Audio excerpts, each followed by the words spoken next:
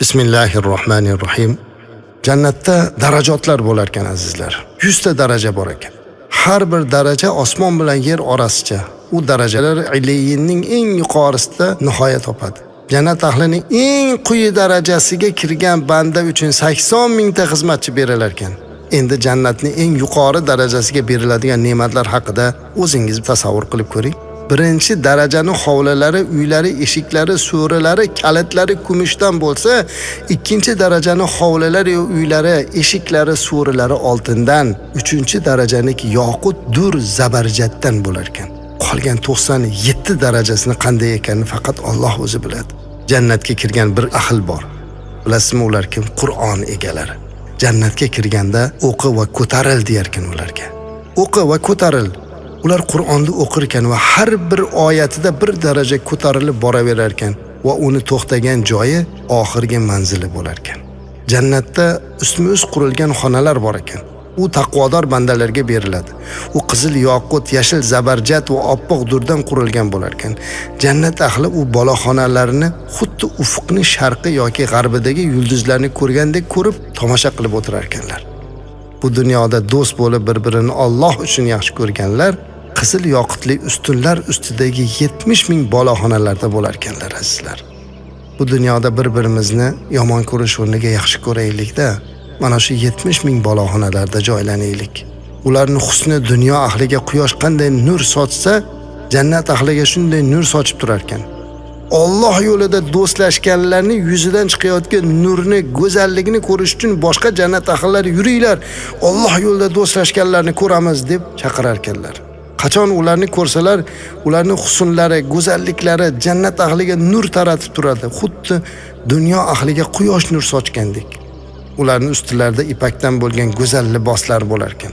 Ularning peshonalariga ular Alloh azza va jalla yo'lida bir-birlarini yaxshi ko'rganlar deb yozib qo'yar ekan.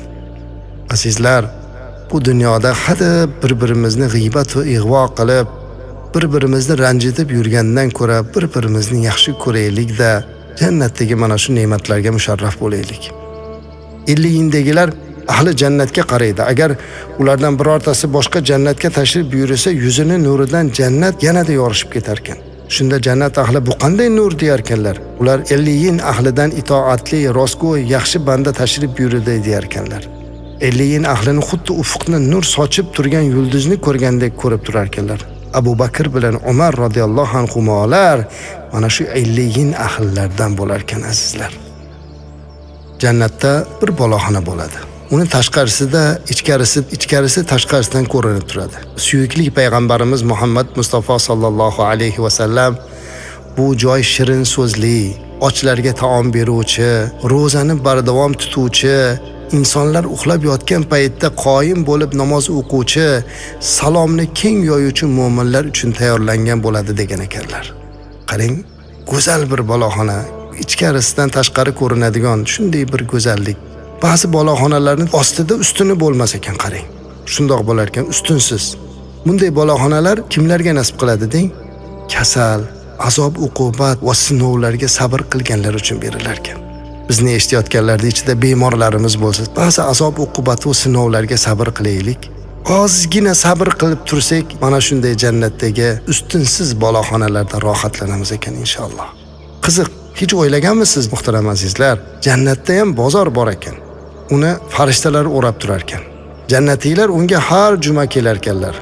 So'ng shamol esib, ularning yuzlari va kiyimlariga mushk sochadi va ularning husni jamoli ziyoda bo'ladi. Undan mana shunday go'zal holda qaytadilar.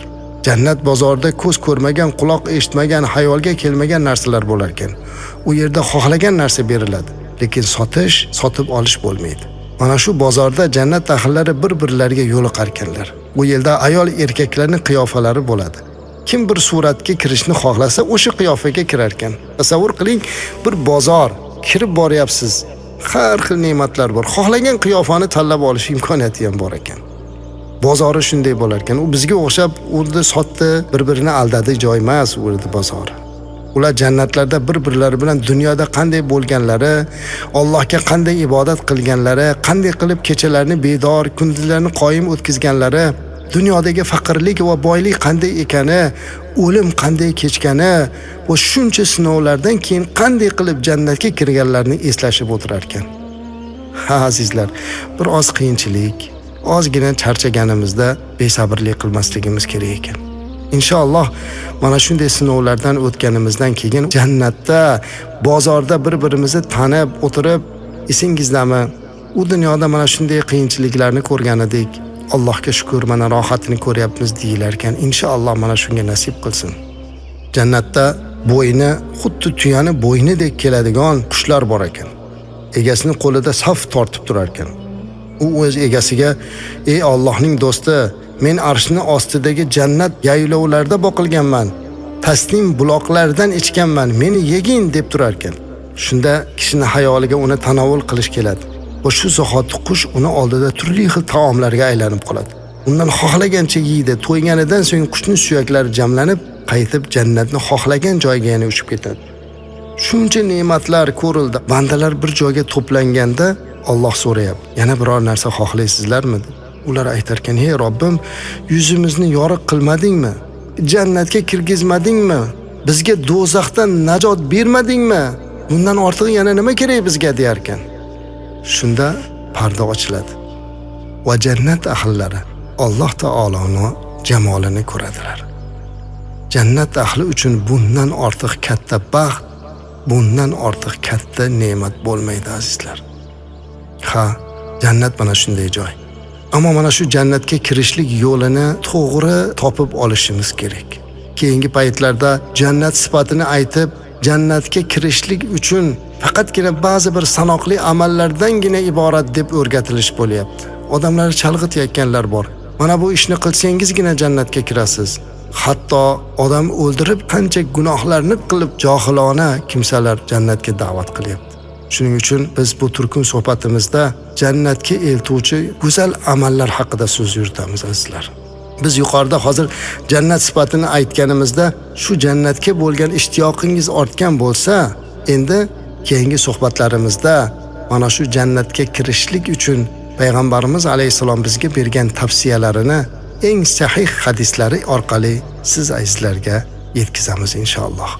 Alloh hammalarimizni jannat darvozasi oldida ko'rishmoqligimizni, jannatda esa payg'ambarimiz alayhisalom bilan suhbat qilmoqligimizni nasib qilsin. Allohning diydoriga musharraf bo'laylik.